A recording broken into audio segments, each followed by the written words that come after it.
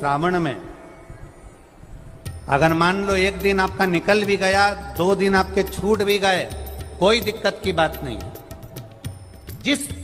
जो पेड़ तुम्हारे यहां लगा हो, जो पौधा तुम्हारे यहां लगा हो, जो वृक्ष तुम्हारे यहां लगा हो, जो क्यारा तुम्हारे यहां हो, कुंडी तुम्हारे यहां हो, उसी की मिट्टी को, उसी के पेड़ के नीचे, उसी पौधे के नीचे उस मिट्टी को थोड़ा सा हाथ से उसको उठाकर एक लिंग की आकृति बना ले।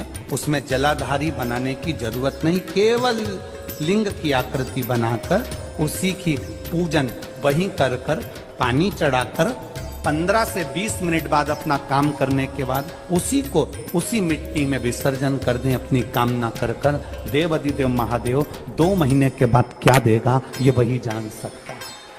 सोमवार के दिन तू मेरे मंदिर के दरवाजे पर चौखट पर बैठ जाना, उससे 1000 गुना शिवलिंग में शाम के बल की प्राप्ति। बेलपत्री के पेड़ प्रदोष के दिन जो तेरी यदि वृक्ष के नीचे आपको कहीं से जो शंकर जी के शमी पत्र मिल जल चढ़ाने आए, प्रदोष के दिन यदि कहीं से आपको शमी पत्र मिल घर जाए लेकर जाए और प्रदोष काल में पात्र के प्रदोष का जो समय होता है, लक्ष्मी का शाम का जो समय होता है प्रदोष काल, 4 प्रदोष 5 प्रदोष आप कर देखिएगा। बेलपत्र के वृक्ष के नीचे जो आपका कोई काम है, कोई नौकरी के लिए आप अप्लाई कर रहे हैं, कोई समस्या बड़ी विकट आ गई है, कोई तकलीफ बड़ा गला पकड़ रहा है, कोई तकलीफ विकट आ गई है, कोई समस्या विकट आ गई है, प्रदोष के प्रदोष आए जिसका प्रदोष काल नहीं, अगर एक शमी पत्र भी आप घर के शिवलिंग को, अब ये करने के लिए आपको मंदिर के शिवलिंग नहीं जाना, अपने घर में जो शिवलिंग दुख का जीवन चल रहा है, चाहे वो स्फटिक का हो, पारद का हो,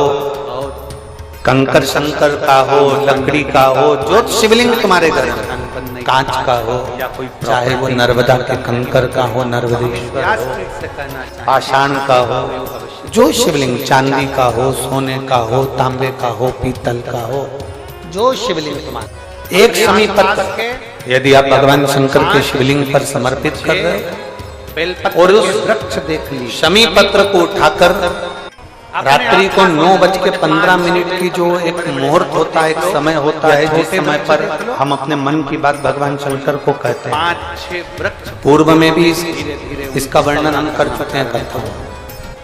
उस 9:15 पर वो शमी पत्र को उठाकर एक कागज में, कटोरी में उसको रखना प्रारंभ करो।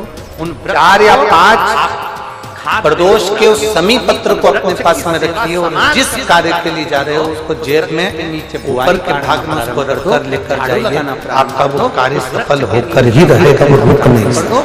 उस बेलपत्री के शमी पत्र में इतना बल होता है, प्रदोष का जो शमी पत्र होता है वो बड़ा बलवान होता है। मतलब मैं इसकी सेवा करूंगा, मैं इसमें जल दूंगा, मैं इसके खाद दूंगा, मैं इसकी सेवा करूंगा, कुछ मत करो, बस केवल इस शरीर से उस बेलपत्र के वृक्ष की सेवा करना रोज प्रारंभ कर दो।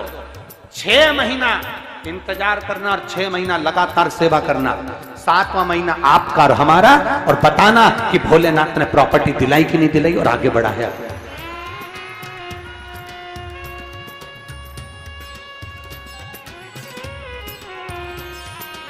एक बेलपत्र का वृक्ष जिसके नीचे माता लक्ष्मी विराजमान होती है, एक बेलपत्र के वृक्ष के नीचे लक्ष्मी रहती है। दुनिया के लोग कहते हैं लक्ष्मी जी का दिन कौन सा है, बोलो जम के जल्दी से। शुक्रवार। दुनिया के लोग कहते हैं लक्ष्मी जी का दिन शुक्रवार है, पर माता लक्ष्मी से पूछा जाए कि तुम्हारी माता ख्याति देवी नारायण भगवान के साथ तुम्हारी शादी नहीं कर रही थी, शंकर को लक्ष्मी दे रही थी, तब तुमने भगवान शंकर से विनती करी, भोले बाबा मैं नारायण से प्रेम करती हूँ, भगवान नारायण से मेरा विवाह हो। तो माता ख्याति देवी से शंकर भगवान ने विनय कर कहा कि लक्ष्मी जी का विवाह नारायण के साथ कर दिया जाए। भगवान नारायण के साथ जब लक्ष्मी जी का विवाह हो गया, तब लक्ष्मी जी हाथ जोड़कर बोलती हैं, बाबा मेरा विवाह नारायण के साथ हो गया और मैं आपके चरणों की सेवा करना चाहती हूँ, बाबा आप कृपा करिए कि मैं क्या करूं आपके लिए। शंकर भगवान कहते हैं, लक्ष्मी बस 2 चीजें कर दे, एक सोमवार के दिन तू मेरे मंदिर के दरवाजे पर चौखट पर बैठ जाना, और दूसरा प्रतिदिन शाम के समय पर तू बेलपत्री के पेड़ के नीचे बैठ जाना। जो तेरी बेल वृक्ष के नीचे सेवा करने आए, जो शंकर जी के मंदिर में सोमवार को जल चढ़ाने आए, उसका जो पात्र जल चढ़ाकर जब वो घर लेकर जाए, उसके पीछे पीछे, पात्र के पीछे पीछे तू जाना और उसके घर में लक्ष्मी का भंडार भरकर आए। लक्ष्मी बेलपत्र के वृक्ष के नीचे तू विराजमान हो जा। उस बेलपत्र के वृक्ष के नीचे जो बुआरी लगाए, सेवा करे, चाकरी करे, एक बेटी को जैसे बड़ा करते हैं वैसे बेलपत्री के वृक्ष को जो बड़ा करे, बेलपत्री के वृक्ष का जो पालन करे, पोषण करे, उसकी संभाल करे, उस बेलपत्री के वृक्ष को जैसे जैसे वो उन्नति करे, वैसे वैसे उसके घर में समृद्धि बढ़ते जाए, उसके घर में वैभव बढ़ते जाए। ये शंकर भगवान माता लक्ष्मी से करे, भगवान शिव माता लक्ष्मी से करे। तो भस्म, अगर शिव के मंदिर में भस्म मिल जाए, शंकर पर चढ़ी हुई भस्म अगर मिल जाए तो, और अगर भस्म ना मिले ना, तो शंकर के जो शंकर भगवान का जो शिवलिंग है, शिवलिंग के आसपास में जो जलाधारी है, यहाँ अगर भस्म ना मिले तो इस जलाधारी पर अपना हाथ स्पर्श कर कर अपने तन पर उसको लगाकर जरूर।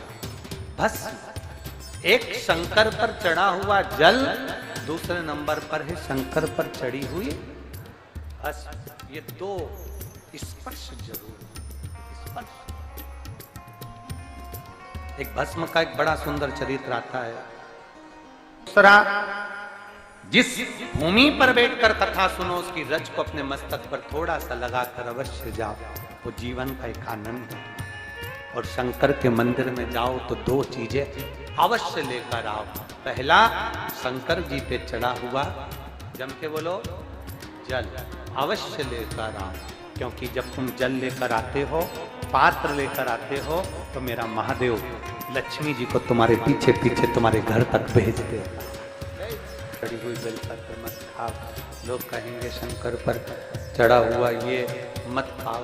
हम इस व्यासपीठ से निवेदन करना चाहेंगे कि आप अगर दिल रखकर अपने बाबा से कहोगे ना, तो बाबा पर चढ़ा हुआ जो जल है ना, वो जल साधारण नहीं रहता। मेरा भोलेनाथ जब दुनिया को अमृत देता है तो तुमको भी अमृत दे देता है।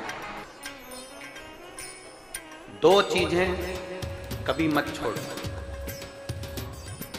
अगर मंदिर में गए हो तो दो चीजें कभी मत छोड़ो। कथा में गए हो तो दो चीजें कभी मत छोड़ो। एक, कथा श्रवण करना, दूसरा जहां कथा बैठकर सुनते हैं वहां की रज को अपने मस्तक पर लगाना।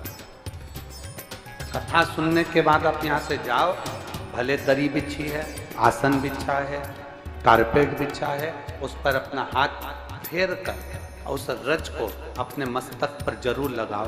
क्योंकि शिव पुराण में, भागवत पुराण में, स्कंद पुराण में, कुर्म पुराण में, नर्मदा पुराण में, लिंग पुराण में, नारद पुराण में, ब्रह्म वैवर्त पुराण में, जितनी भी पुराणे हैं, सब पुराणों में लिखा है कि जिस स्थान पर बैठकर हम भगवान की कथा को सुनते हैं, उनको याद करते हैं, जितनी देर हम उनको याद करते हैं उतनी देर वो परमात्मा उस स्थान पर बैठा हुआ रहता है।